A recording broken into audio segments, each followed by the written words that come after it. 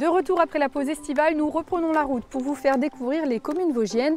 Et pour débuter, nous sommes dans la vallée du ruisseau de la Cuve, aux côtés des Xamontois et Xamontoises. Le village de Xamontaru compte quelques 170 habitants et nous partons rencontrer 3 d'entre eux. Jean-Louis Thirier nous partagera l'histoire du moulin de la commune qui réunissait sur un seul site 4 types de production. Le propriétaire des lieux entretient le moulin pour que le patrimoine perdure. Portrait également de Marek Van Gogh, venue des Pays-Bas pour s'installer dans la commune. Elle est avec son mari propriétaire d'un gîte, mais surtout elle propose depuis quelques mois des fleurs éternelles qu'elle fabrique en papier. L'illusion est parfaite, mais pour débuter, nous sommes au cœur du village et des fleurs. Il en sera également question avec vous, Emmanuel Paris, vous êtes le maire de cette commune depuis 2001. Alors il y a eu une petite pause, mais depuis 2001 quand même. Est-ce que la fonction de maire connaît elle aussi des vacances? La fonction de maire, non, elle connaît pas trop les vacances. Hein. Même quand on est parti, même si on est loin, et je pars régulièrement au Canada, et même quand je suis au Canada, je reste connecté. Alors je parlais de fleurs en introduction, et pour cause, la commune est labellisée village 3 fleurs. Un village fleuri est un village où l'on se sent mieux? Effectivement, l'objectif Ville et Village Fleuri, si vous allez sur le site Ville et Village Fleuri, c'est la première phrase du site, la qualité de vie, vertueuse en termes de respect de l'environnement. Et c'est vraiment la réflexion qu'on a voulu mener dans ce village, puisqu'on est vraiment dans un village rural dans lequel il n'y a pas de service, il n'y a pas d'école, pas d'église, pas de cimetière, rien de tout ça. On n'a pas voulu que notre village meure et en fait on essaie de lui donner le mettre en valeur à travers d'autres choses. La nature, elle est là, elle est autour de nous. Donc on a dit on va travailler là-dessus et ça fait une vingtaine d'années qu'on travaille et on s'est challengé avec le label Ville et Village Fleuri. Il y a eu un fort développement à ce niveau sur ces 20 dernières années. Aujourd'hui, la biodiversité, l'environnement, ce sont des sujets d'importance, des sujets sur lesquels il faut vraiment se préoccuper. Alors sans prétention aucune, mais quand on a commencé à travailler là-dessus en 2002-2003, nous on parlait déjà de suppression des phytosanitaires, mettre en valeur les plantes et c'était pas un sujet qu'on parlait beaucoup et aujourd'hui j'ai l'impression qu'on parle plus que de ça. Alors à côté de ça, Xamontaru est un village où il y a tout de même une vie malgré qu'il n'y ait pas forcément énormément de services, vous le disiez, mais il y a une épicerie participative qui a vu le jour en décembre dernier. Ça aussi finalement ça montre qu'on a envie de s'investir pour sa commune. Tout à fait, l'idée c'est de retrouver un endroit où on pouvait se rassembler. On a fait un petit local, donc disons que c'est la mairie qui a mis en place un petit local dans lequel les gens peuvent se retrouver, ils peuvent trouver des produits pour leur quotidien, mais également passer un moment ensemble, quoi. Alors à côté de cette épicerie, il y a encore des artisans, des agriculteurs dans le village tout de même? On a 4 professionnels agricoles. On a un artisan d'art qui fabrique des couteaux et on est très content. Il est là depuis une petite année et là il vient de nous créer le Xamontois. Donc il nous a dédié un couteau au nom de la commune sur lequel il a gravé le logo de la commune. Un beau clin d'œil. Je trouve que c'est sympa pour un jeune qui arrive et cette rapide intégration et surtout l'intégration positive. Est-ce qu'on peut dire que ça va chez vous à Xamontaru aujourd'hui? Ouais, je pense que ça va pas mal. Ouais. 2 sites patrimoniaux qui perdurent ici aussi. Ah ouais, puis avant de parler de ces sites-là, on est au départ d'un circuit pédagogique qui est commenté, qui est fait pour toucher toute la panel de gens. Il fait 3,5 km et il y a moyen de passer un bon moment. À Xamontaru, on a une chance phénoménale. On a un moulin, c'est un superbe outil pour la communication et puis pour montrer ce qu'était le village au début du XVIIe siècle. Patrimoine qu'on découvrira juste après avec Jean-Louis Thirier. Et enfin cet atelier de distillation, ça aussi ça perdure dans le village. Alors ça aussi, l'atelier de distillerie, c'est un atelier municipal qui appartient donc à la commune, qu'on a restauré en 2004. Aujourd'hui on le met à disposition de toute personne qui a envie de faire de la distillerie, on le loue. Bon, on découvrira ça peut-être dans une prochaine émission alors. Merci beaucoup Emmanuel en tout cas pour votre accueil ici à Xamontaru. Nous partons maintenant rencontrer Marek qui fabrique des fleurs en papier. Marek imagine puis fabrique des fleurs ni coupées ni traitées, pensées pour ne jamais faner. Une vision plus éthique pour la native des Pays-Bas où les fleurs poussent par milliers, qui s'est installée en France à Xamontaru il y a quelques années maintenant. Marek, merci de nous accueillir. Alors on est dans votre jardin parce que l'atelier est un peu petit, mais vous avez décidé de fabriquer, d'imaginer des fleurs qui ne fanent jamais. On en voit juste devant nous. Le point de départ de cette aventure, c'est quoi? C'était cet hiver parce que je cherchais quelque chose à m'occuper. Et notre gîte est un peu plus calme en hiver, donc les hivers peuvent être un peu longs ici. Et j'aime être créatif. et je voyais quelque chose passer sur les réseaux sociaux, sur les fleurs en papier. Et ça m'a fait tout de suite un déclic. J'ai dit, c'est ça, je vais faire ça. Alors vous venez des Pays-Bas, premier fournisseur mondial de végétaux. Oui. La fleur a une place très importante dans votre pays d'origine. Vous prenez le contre-pied quelque part. Est-ce que pour vous aujourd'hui c'est aussi une manière de trouver une alternative à la fleur coupée? Pour moi oui, je trouve que on entend de plus en plus que la fleur coupée c'est pas si écologique qu'on peut penser. Et puis il y a plein de pesticides, etc. Il y a une empreinte CO2 assez conséquente. C'est aussi pour ça que j'aime qu'on peut apprécier la fleur aussi d'une façon écologiquement faite en papier en fait. Ouais. Voilà, une fleur différente qu'on peut garder finalement plus longtemps aussi. Oui, oui, c'est très durable, ça ne demande pas d'entretien.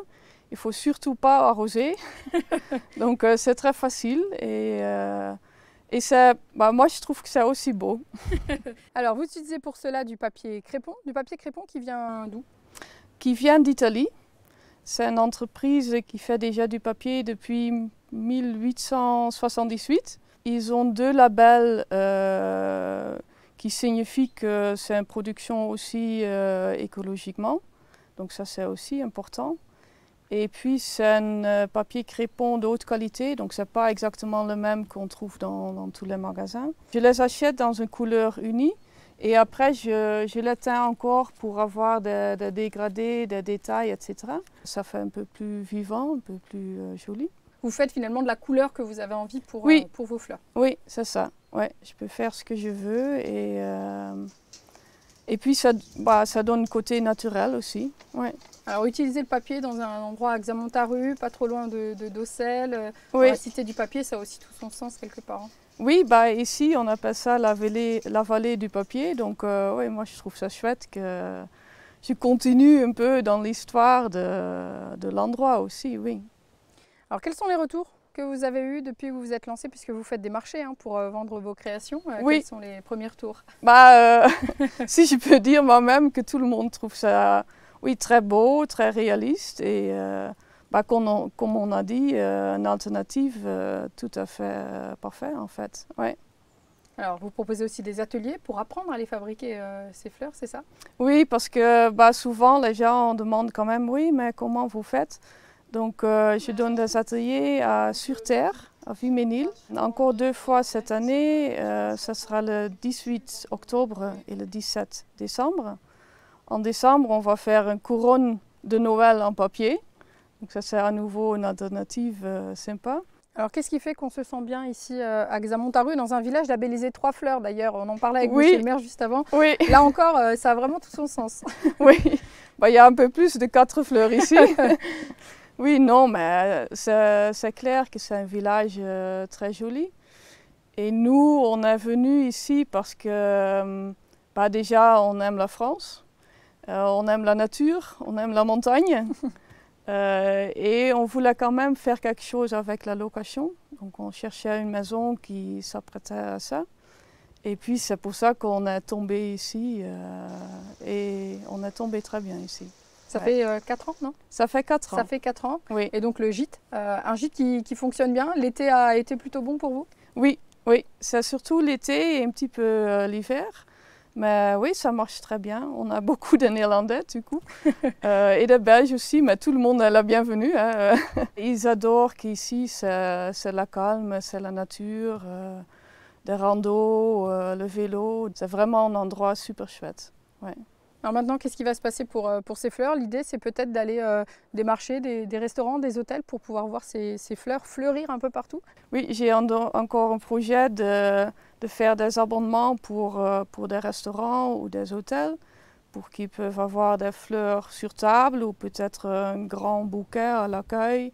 Et je peux changer ça plusieurs fois par année pour changer un peu, aussi pour changer avec les saisons.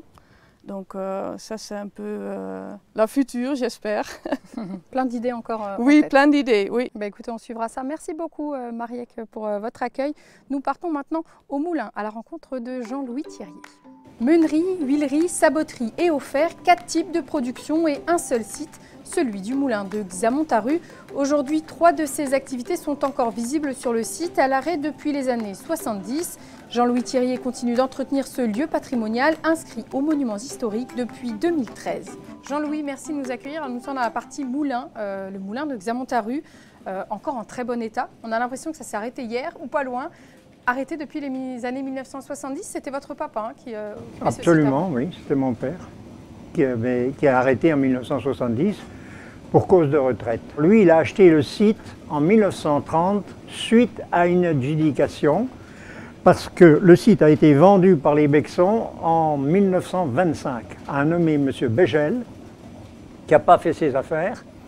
Donc ça a été revendu par adjudication en 1930. C'est là que mon père est arrivé. À son arrivée, il n'a pas gardé les 4 productions. Comment ça s'est passé? Alors, il a continué à l'époque avec les roues d'eau, parce que il faut savoir que c'était les roues d'eau et les meules. Et il a modifié le moulin en minoterie en 1936. Et il a installé une turbine. Et voilà. C'est là que l'huilerie s'est arrêtée. Alors c'est là que l'huilerie s'est arrêtée parce qu'il avait besoin de passe pour installer ses machines. Et c'est un moulin qui date de quelle époque? C'est une dame, Madame Anne-Claire Becson, qui avait fait une demande préfectorale pour construire un moulin et une huilerie sur la partie haute du village, c'est-à-dire à l'emplacement actuel. Alors, nous, on a fêté le bicentenaire du moulin, mais on a pris comme référence 1812, parce qu'on ne construisait pas aussi vite qu'aujourd'hui, bien sûr.